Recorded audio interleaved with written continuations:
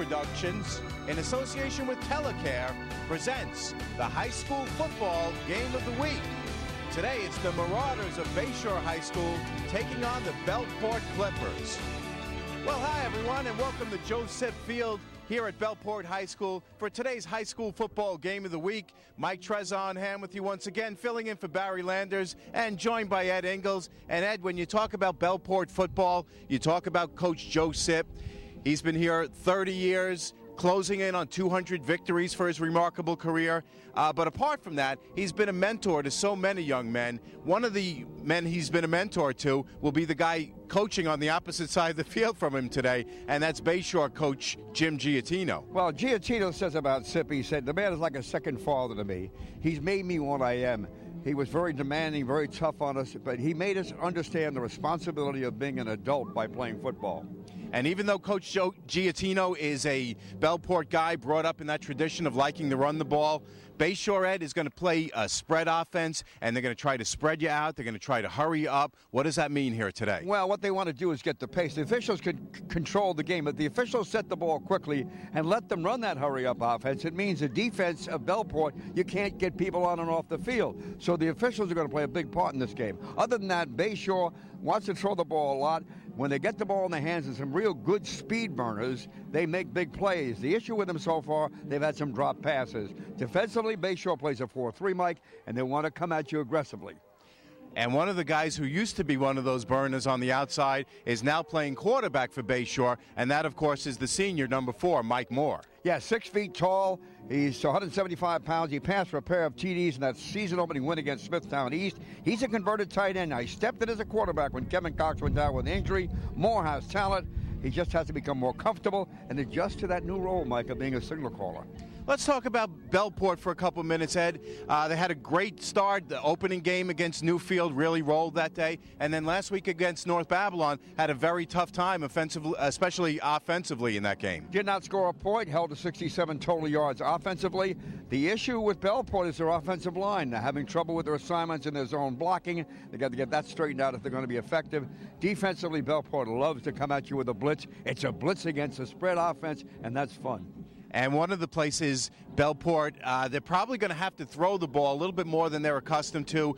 That's bad news for them. The good news, though, is that they seem to have found an answer at quarterback, and that's the sophomore, number 5, Justin Hunt.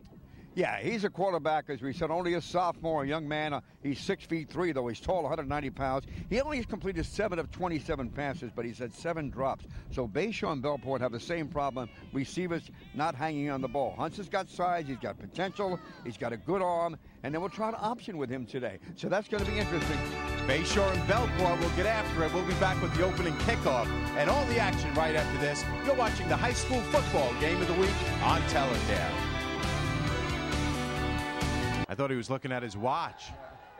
Moore puts it up deep. He's looking for Dwayne Sains, and he overthrows him. 2 men chasing him down the field. Well, how many times have they had people open? 6 times today, maybe, Bayshore? They've had the receivers behind the secondary of Bellport, but unable to deliver that ball except that one time. So if you're Bayshore, you got to go back to those plays, because if you see that opportunity and you know your ground game is not doing much, you keep looking to hit the home run. If you hit 2 more of those passes in the game, you get 3 touchdowns, you might win. Bayshore might do well to try a play like that again on 2nd and 10 with just 33 seconds left in the half. Now the secondary of Bellport backed up a little bit here. Now they're not. Now they're bunching up tight. Let's see where they go. Now they back off a little bit. Moore trying to find a receiver, finally dumps it short. He's looking to get it to Will Hill and just goes off his hands, and once again that pass is incomplete. That's a play. It's not going to do you much good. It's not going to get you first down. It might get you out of bounds, but it's not moving the ball down the field here with only 27 seconds. I think they might as well bomb again, because even if the pass gets picked off, it's probably going to get intercepted fairly deep in Bellport territory.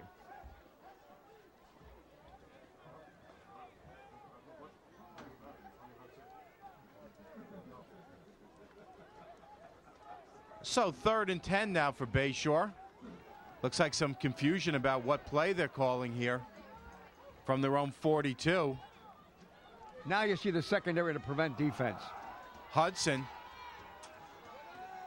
Zanell Hudson picks up the first down and gets out of bounds. So nice play by him as he's got a first down for his Marauders team with just 20 seconds left in the half. Well, the defense dictated it would be very hard to pass when you have 8 people back in coverage. So they obviously changed the play at the line of scrimmage, and they went wide. And Hudson did a smart thing. He got out of bounds, stopped the clock with 19 seconds.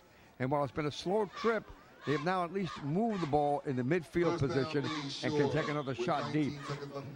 And here's the play, Eddie, where you can take 3 or 4 shots down the field deep and not really have to worry about turning it back over to Bellport on downs.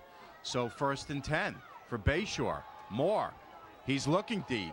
He's going for Dwayne Sains. He's double covered, and that ball is nearly picked off by Gambles. Well, for the holding back, they're going to call a holding or pass interference on Bellport. 2 people that they really didn't have to interfere with the receiver because they had him boxed in and the ball was overthrown again. But this is going to give, with 13 seconds left, really give Bayshore a shot to go for it. He'll go for the goal line.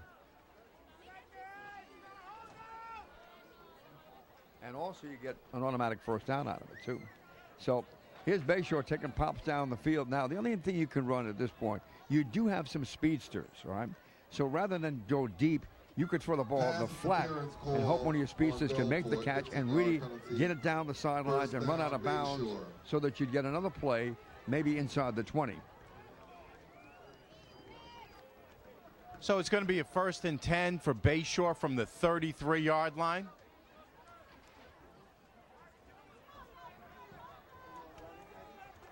Carl Allison is the running back in the backfield along with Moore.